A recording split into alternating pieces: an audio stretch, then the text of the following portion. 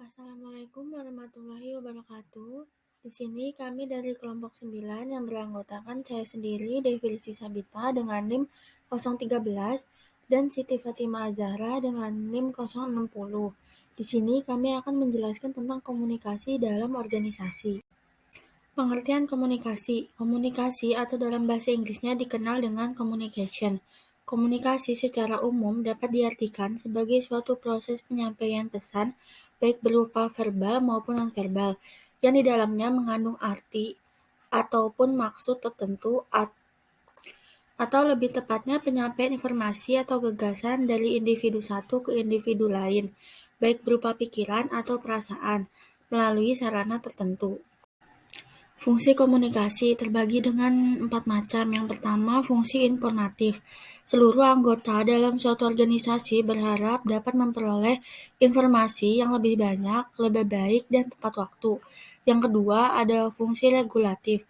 Fungsi regulatif ini berkaitan dengan peraturan-peraturan yang ada dan berlaku dalam suatu organisasi. Yang ketiga, ada fungsi persuasif. Banyak pimpinan yang lebih suka untuk mempersuasi bawahannya daripada memberi perintah, sebab pekerjaan yang dilakukan secara sukarela oleh karyawan akan menghasilkan kepedulian yang lebih besar. Yang keempat, ada fungsi integratif. Berusaha menyediakan saluran yang memungkinkan karyawan dapat dilaksanakan tugas dan pekerjaan dengan baik, agar menumbuhkan untuk berpartisipasi.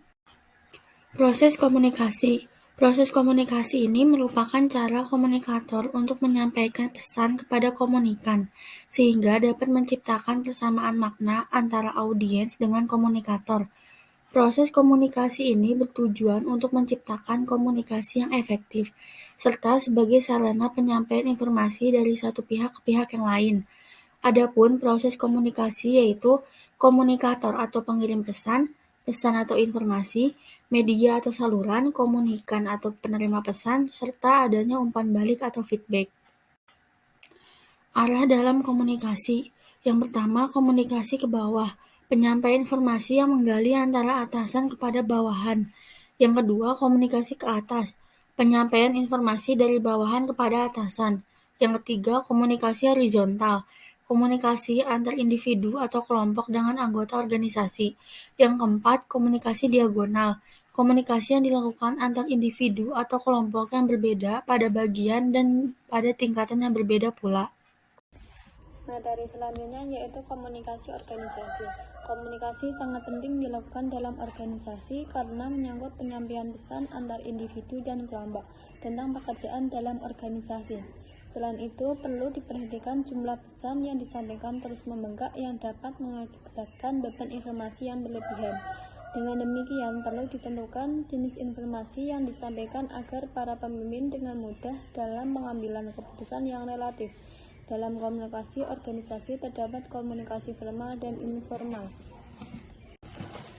Materi selanjutnya yaitu model komunikasi. Yang pertama, model komunikasi linear atau one-way communication. Model ini hanya berasumsi pada seseorang yang hanya pengirim dan penerima. Yang kedua yaitu model komunikasi interaksional. Model ini telah melakukan proses komunikasi dua arah yang sudah terjadi timbal balik atau feedback. Yang ketiga yaitu model komunikasi traksional. Model ini mengatakan bahwa pengirim dan penerima sama-sama bertanggung jawab atas dampak dan efektivitas komunikasi. Materi selanjutnya yaitu pilihan saluran komunikasi. Yang pertama, saluran komunikasi organisasi formal. Saluran komunikasi memiliki tujuan atau fokus pada kepentingan dalam organisasi dan untuk mencapai tujuan organisasi, serta biasanya dilakukan dengan cukup resmi. Saluran komunikasi organisasi formal dibagi menjadi 3 yaitu komunikasi vertikal, komunikasi horizontal, dan komunikasi diagonal. Yang kedua yaitu saluran komunikasi informal. Saluran yang kedua adalah saluran informal di mana praktek komunikasi terjadi karena dasar interaksi sosial yang biasa terjadi dalam masyarakat. Komunikasi yang persuasif. Komunikasi persuasif yaitu bertujuan untuk mengubah sikap, pendapat, atau perilaku komunikan.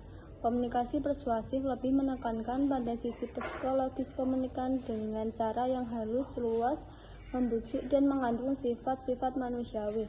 sehingga mengadatkan kesadaran dan kerelaan yang disertai perasaan senang pada diri komunikan.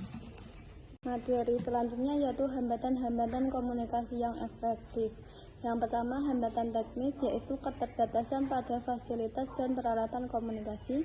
Yang kedua, hambatan semantik, yaitu hambatan semantik ini menjadi gangguan dalam proses penyampaian secara efektif. Yang ketiga yaitu hambatan manusiawi. Hambatan ini terjadi karena adanya faktor emosi, prasangka pribadi, persepsi, kemampuan atau ketidakmampuan alat panca indera seseorang. Materi yang terakhir yaitu implikasi global, yaitu yang pertama hambatan-hambatan budaya, yang kedua konteks budaya, yang ketiga pedoman budaya. Sekian presentasi dari kami, kurang lebihnya mohon maaf. Sekian dan terima kasih. Wassalamualaikum warahmatullahi wabarakatuh.